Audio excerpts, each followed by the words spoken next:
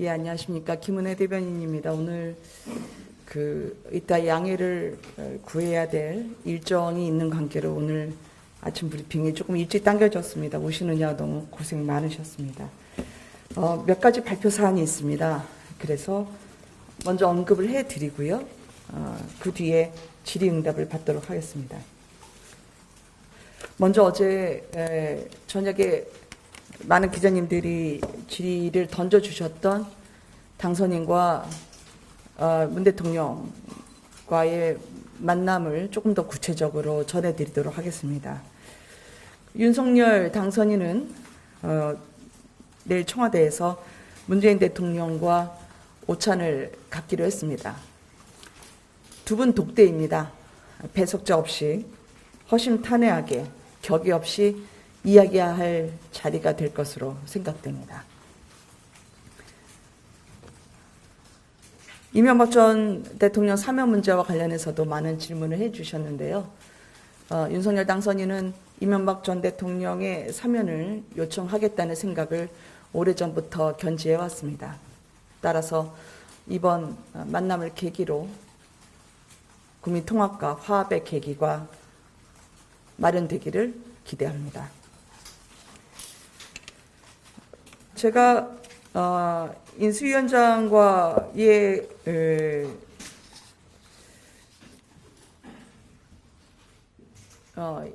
일정을 조율하는 단계에서 지금 인수위 대변인이 곧 발표가 될 것으로 생각됩니다만 그 전까지 분과별 인수위원회 발표를 대신 전해드리고자 합니다.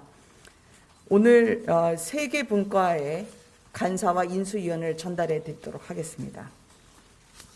경제 1분과, 외교 안보분과, 그리고 정무사법 행정분과입니다. 먼저 경제 1분과 인수위원을 발표하겠습니다. 간사는 최상목 전 기획재정부 차관입니다. 최상목 전 차관은 거시경제, 금융정책 분야에서 전문성을 인정받으신 분입니다. 윤석열 당선인이 추진해야 할 코로나19 대응 관련 소상공인 지원, 그리고 연금 개혁 등 경제 공약을 정부 부처와 원만히 협의해 주실 것으로 기대하고 있습니다. 경제 1분과 인수위원 2분을 소개하겠습니다. 김소영 서울대 경제학부 교수입니다. 김소영 교수는 한국은행을 비롯해서 스페인 중앙은행, 국제통화기금, 그리고 아시아개발은행 등에서 다양한 경험을 쌓으신 거시경제, 국제금융정책 전문가입니다. 윤 당선인의 국정 철학에 맞는 새 정부 경제정책을 설계하는 데 상당한 역할을 해 주실 것입니다. 두 번째 인수위원은 신성환 홍익대 경영학부 교수입니다. 현재 한국금융학회 회장으로 활동하고 계시는 국내 대표적인 금융학자입니다. 재무관리, 국제금융 분야의 정통한 전문가로서 정부 정책 관련 풍부한 경험을 보유하고 계시고 경제정책 문제점에 대해서 소신 있는 의견을 개진해 왔습니다. 자본시장의 투명성, 부동산 대출 규제 완화를 비롯해서 공정성 개선 등 새 정부가 앞으로 바꿔나가야 할 금융경제정책에 대해서 아낌없는 조언과 참여를 해 주실 것으로 믿습니다.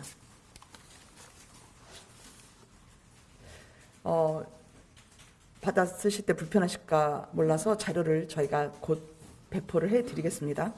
외교안보분과 간사는 김성한 전 외교통상부 2차관입니다. 워낙 많이 알고 계시지요. 외교안보연구원 교수와 국제대학원 교수를 거치면서 30여 년간 외교 분야에서 활동한 국제정치 전문가입니다. 평소에 워낙 자유민주주의 가치를 바탕으로 글로벌 협력을 중진해야 한다는 입장을 밝혀오셔서 윤석열 당선인의 한미동맹 재건 그리고 포괄적 전략동맹 강화가 조속히 추진될 수 있도록 역량을 다해 주실 것으로 기대합니다. 외교안보분과 간사는 먼저 김태효 전 청와대 대통령 대외전략기획관입니다. 김태호 교수는 국제정치학 박사로 대학과 정부에서 왕성한 활동을 하신 외교안보 전문가입니다. 강한 군대를 통한 튼튼한 안보, 한미동맹, 그리고 대북정책 개선을 우선하고 국익을 앞세운 외교안보 정책을 추진해 왔습니다. 윤석열 당선인의 실사구시 원칙, 그리고 상호주의에 입각한 남북 문제 해결이 흔들림 없이 추진되도록 정부와 논의를 진행해 주실 것으로 알고 있습니다. 외교안보분과 두 번째 인수위원은 이종섭 전 국방부 합동참모본부 차장입니다. 이종섭 전 차장은 군 지휘관으로서 야전 경험을 비롯해서 국방정책, 전략, 한미연합 지휘구조 분야의 경험과 전문성을 두루 겸비한 능력 있는 전직 국방 관료입니다. 윤 당선인이 목표로 하는 튼튼한 안보 공약이 조기 실현될 수 있도록 많은 역할을 해주실 것입니다. 정무사법행정부과 간사는 이용호 국회의원입니다. 이용호 의원은 역시 기자 출신으로 초선 시절에 정책위 의장을 지내면서 정책 전문가의 역량을 인정받은 분이기도 합니다. 근본 인수위 정무사법행정분과에서 간사 역할을 맡아서 무너진 공정과 상식을 회복하는 데 역할을 해 주실 것으로 믿고 있습니다. 그동안 국회의원으로서도 행안위원회, 운영위원회, 예산결산특별위원회 등 다양한 활동을 펼쳐오셨습니다. 정무사법행정분과 인수위원은 유상범 의원입니다. 사법고시 합격 후에 20여 년 이상 검찰과 변호사 생활을 한 법률 전문가입니다. 윤석열 당선인의 사법개혁 그리고 법치주의 재확립이 흔들림 없이 추진될 수 있도록 정부 부처와 긴밀히 협의를 진행해 주실 것으로 믿습니다. 자유민주와 법치주의가 훼손되는 일을 막고 법무 현장을 잘 파악하고 계신 전문가입니다. 두 번째 정무사법행정분과 인수위원은 박순애 서울대 행정대학원 교수입니다. 박순애 교수는 행정학 박사입니다. 또 한국행정학회 65년 역사상 이 첫 여성 학회장으로 능력을 인정받았고 현재도 UN 공공행정전문가위원회 위원으로 활동하면서 행정의 발전에 기여하고 있습니다. 윤석열 당선인의 정부 혁신, 행정정책이 제대로 추진될 수 있도록 다양한 정책 대안을 마련해 주실 것으로 믿습니다.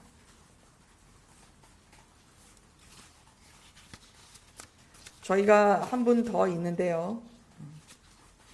이 대통령 취임과 관련해 취임식 준비위원장이 있으십니다. 그것은 잠시 뒤에 다시 한번 말씀을 드리도록 하겠습니다. 대통령 취임식 준비위원장은 박주선 전 국회 부의장입니다.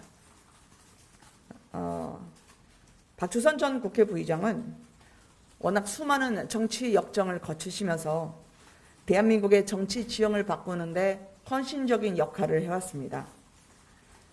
정의롭고 새로운 대한민국을 완성하기 위해서 국정통합을 가장 중요한 과제로 삼은 윤석열 정부의 가치와 철학을 누구보다 잘 이해하고 계신 분입니다. 취임식 준비위원장으로서 우리 윤석열 당선인의 가치와 철학을 국민께 전달드리는데 가장 적임자로 생각을 합니다. 그래서 계파에 휩쓸리지 않는 소신 있는 정치 행보가 정치권에 지금까지 귀감이 되고 있는 것처럼 정직하고 성실한 국민이 꿈과 희망을 가질 수 있는 나라, 국민이 신뢰하는 유능하고 일 잘하는 정부를 만들라는 국민의 준엄한 명령을 누구보다 잘 받들어서 구현해 주실 것이라고 믿고 모셔왔습니다. 그리고 추가로 브리핑해 드릴 사안은 아까 공지를 해드렸지만 어제 늦게 보리스 존슨 영국 총리와 윤석열 당선인 전화 통화가 있었습니다. 그래서 서면으로 가름을 해드리고요. 남북관계 그리고 우크라이나 사태에 대한 두 분의 현안에 대한 논의가 있었고 또 양국 관계를 심화 발전시키기 위한 구상도 나눴습니다. 좀 특이할 만한 점은 존슨 총리가 상당히 예습을 많이 해주신 것 같아서 감사드립니다. 윤 당선인이 존경하는 정치인으로 꼽은 윈스턴 처칠경을 언급했는데요. 직접 저술한 자서전을 전달하고 싶다는 뜻을 표명했습니다. 윤 당선인 또한 처칠경에 대해서 인류사의 위대한 정치인이자 문학가로서 그분이 보여준 불굴의 투지, 나라가 어려울 때 보여준 헌신, 또 그 희생이 일궈낸 승리를 잘 기억하고 있다면서 국정 운영에 있어서 처칠경을 늘 거울처럼 생각하면서 앞으로 임하겠다라는 메시지로 전화통화를 마쳤습니다. 서면 브리핑으로 기자님들께 대신 가름하도록 하겠습니다. 일정 관련은 중계가 끝난 다음에 기자님들께 협조를 구할 예정입니다. 질문을 좀 받을까요? 예. 네.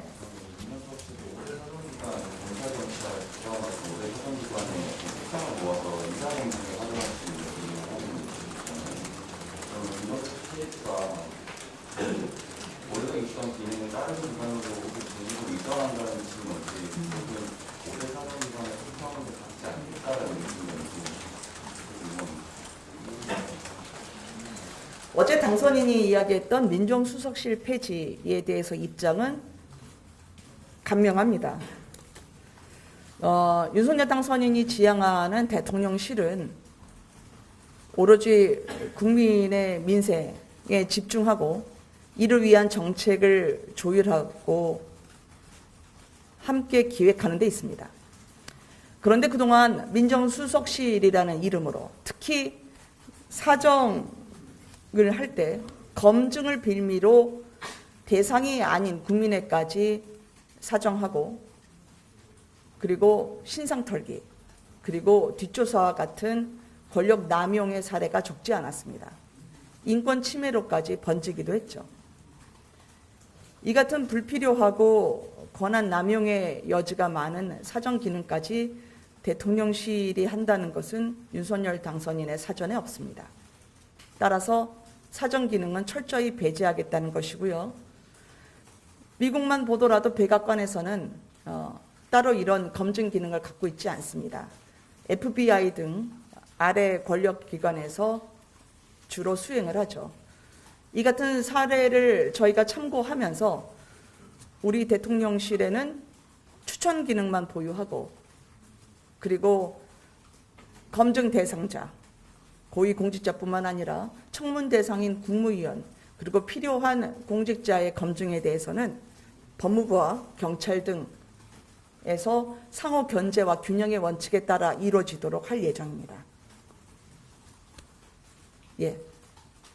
오늘 법무부나 행정안전부 같은 부처에 대해서 정치 입각을 고려하지 않겠다라는 네. 것은 나왔는데 네. 어떤 입장이신가요? 저희의 인사원칙은 인수위원과 그리고 국무위원 모두 동일합니다. 그것은 도덕성을 기반으로 해서 실력과 능력을 겸비한 인재로 국민에게 성과를 내고 국민들이 편히 사실 수 있도록 보탬이 될 수 있는 그런 인재를 발굴하겠다는 겁니다. 따라서 이 부분에 있어서의 인사원칙을 고수하되 직종이나 별도의 누구는 되고 되지 않고의 가림막을 설치하고 있지는 않습니다. 아, 그래요? 네. 아, 그렇군요. 한 두 개만 정도. 네. 김태호 간사 같은 경우는 예전 MB 시절 때 이런저런 논란도 있었고 그랬던 것 같은데 다시 유명한 이유가 뭐가 어떤 게 있을까요? 김태호 지금 간사가 아니라 인수위원으로 알고 있습니다. 네, 그래서 MB 시절에 그러니까 과거에 청와대에 있었을 경우에 어떤 일들을 말씀하시는지 일단 말씀 주시면 제가 알아보고 전달해 드리도록 하겠습니다. 네. 아, 죄송합니다. 죄송합니다. 지금 인수위가 문재인 정부 측에 관건이 공식 취임때까지 공기업 인사 공조를 요청했다 이런 문제가 네. 현재 그 문재인 대통령 정부 하에서는 저희가 문재인 정부에서 꼭 필요한 인사의 경우에는 저희와 함께 협의를 진행을 하고 그렇지 않을 경우에는 업무 인수 인계가 원활하게 진행될 수 있도록 요청을 한 상태입니다. 따라서 이 같은 저희의 입장이 잘 현 정부와 같이 병행되기를 저는 희망합니다. 네. 네? 아닙니다. 그러니까 현 정부 안에서는 필수 불가결한 인사가 진행돼야 될 사안도 있을 것입니다. 그러면 상호 협의와 함께 그리고 인사와 관련해서는 업무 인수인계가 제대로 될 수 있도록 잘 협조가 될 것이라고 생각합니다. 그 정도로 말씀드리겠습니다. 네. 아, 네. 엄 기자님까지만 하고 갈까요? 네. 네, 오늘 그 지역균형 관련 특별위 특위에 지방 공무원 하나받기로 한 거랑 네. 청와대 PSTV 이만호 의원이 내정회의에서 확정됐다 이런 보도가 나왔는데요. 네. 이거는 좀 확인이 가능한가요? 청와대 개혁특위의 그 업무는 실무선에서 진행이 되고 있습니다. 따라서 그 보도에 대해서는 아마 저는 임명과 관련한 것은 사실이 아닌 것으로 알고 있습니다. 그리고 실질적으로 특별히 직책을 갖지 않겠다고 말씀하신 걸로 알고 있거든요. 그리고 앞에 첫 번째 질문은 지방이나 지자체장 산하의 이제 공무원, 공직자 말씀하신 거였죠. 지자체든 아니면 어떠한 정부 부처에서든 저희 인수위에서는 모든 공직자의 파견이 이루어지고 있고 또 그분들이 갖고 계신 경험과 그리고 소속 부처의 의견을 반영하는 작업은 현재도 진행 중입니다. 그건 앞으로도 이루어질 거고요. 네, 늘 인수위는 그랬습니다. 가야 되는데 예, 지금 꼭 부탁드려야 될 게 있어서 네, 한 번만. 어제 기조분과 이제 새로운 교수 임명을 하셨는데 혹시 인선 배경은 좀 예, 어제 안철수 위원장이 상당히 그 장시간에 설명을 해주신 걸로 알고 있어서요. 일단 여기서 마감을 하고, 네.